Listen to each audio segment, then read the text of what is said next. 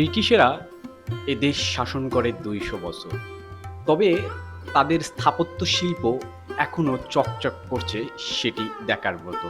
১৯০০ সালে গাইবান্ধার সাগাটা উপজেলায় বোনারপাড়া রেলওয়ে স্থাপন করা হয়।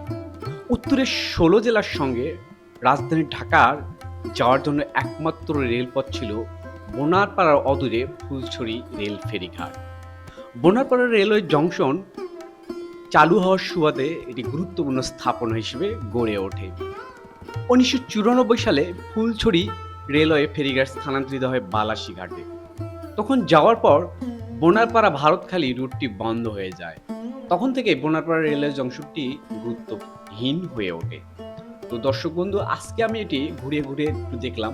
আপনারাও এই ইতিহাসের অংশ বিশেষ দেখতে আসতে পারেন। অসম্ভব রকমের ভালো লাগবে আপনাদের।